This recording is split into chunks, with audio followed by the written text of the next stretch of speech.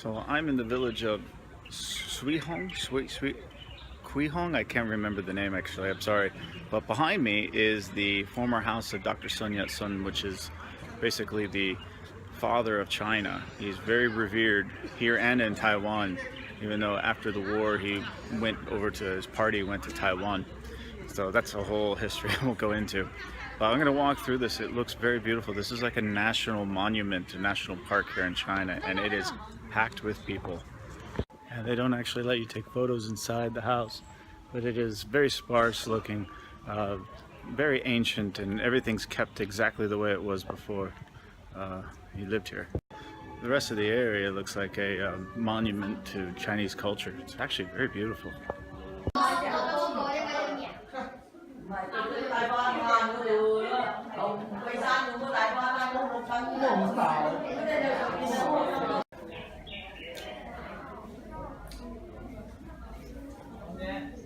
As you walk through the village, it's very quiet and peaceful. There's got some incredible exhibits. You know, old fire engine.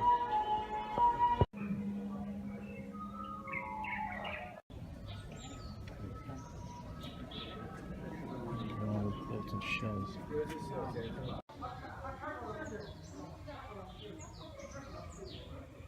So yeah, I'm the only foreigner that I see walking around here.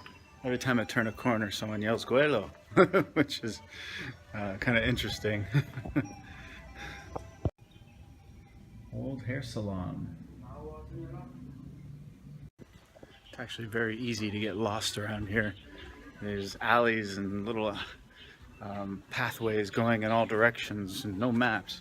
It's pretty much kept the same way it was over 100 years ago, which is really cool. Let's see if I can find my way out of here.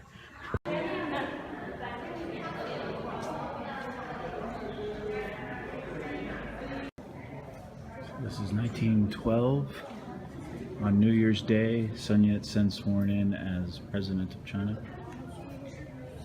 The establishment of the Republic of China, putting an end to the monarchies.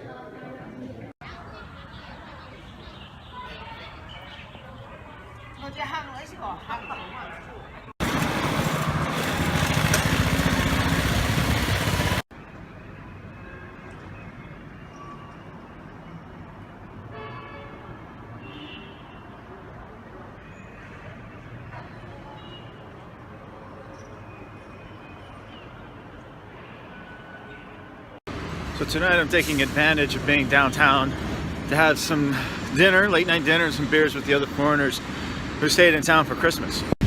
I love coming to downtown Zhongshan, and it's got a good energy. There's street food, people are out and about having fun, walking around with their families. Shaolin's pretty small, kind of closes down around 10 o'clock. Downtown's got a little bit more vibrant.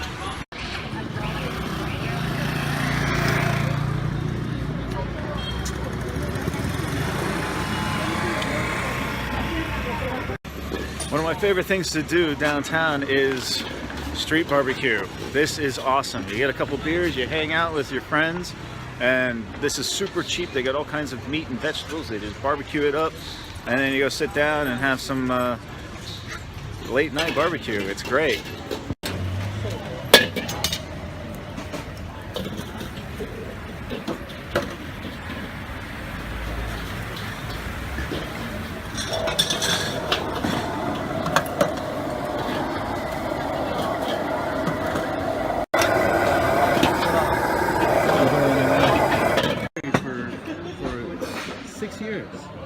We've done all the decoration shit. Yeah. Hello. Well, how much for that now? It's the same guy from hey, that's the same one from Thank you. We just sat down, dude. well, that's the same guy from the first day. I remember. To come tonight because they go government trip, right? One more time. And they put the big speaker, which is not out. Hey, puppy. You gotta love the late night barbecue, right? We had a good time. We had some hot pot, some really good Chinese food, and we went and had some barbecue. Had a lot of fun. Now I'm just walking back to the hotel. Zhongshan, even downtown, it's about 1 a.m. on a Friday night. It's pretty peaceful. It's not like Guangzhou or Shenzhen where it's just lots of people, very crowded all times of the day. Zhongshan, even though it's about 3 million people, it's still a relatively quiet city. Some of the people that showed up, we had reps from America, 3 of us, Canada, Australia, and Poland. And man, you get the beers flowing. I mean, at the end of the night, you have a table full of these, 1 liter bottles of beer, and you just keep filling the glass and you have a really, really good time. But last time I did this, we were out till about 4 a.m. I won't do that again. And it's only about 1. We know our limits. You learn your limits pretty quick here. China is not the best place in the world if you have vices. Anything like that, it's so cheap and so readily available at all hours of the day and night. So if you've got vices, be careful when you come here. It's too easy. And now it's time to call it a night. Go back to the hotel, get a night's rest, catch the bus in the morning back up to Shalan, where gotta get back to work. So if you look behind me, we call these the chicken bridges.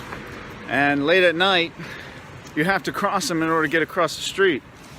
Problem is, on the top, that's where all the prostitutes are. We call them the massagey girls, because they come up to you and say, massagey?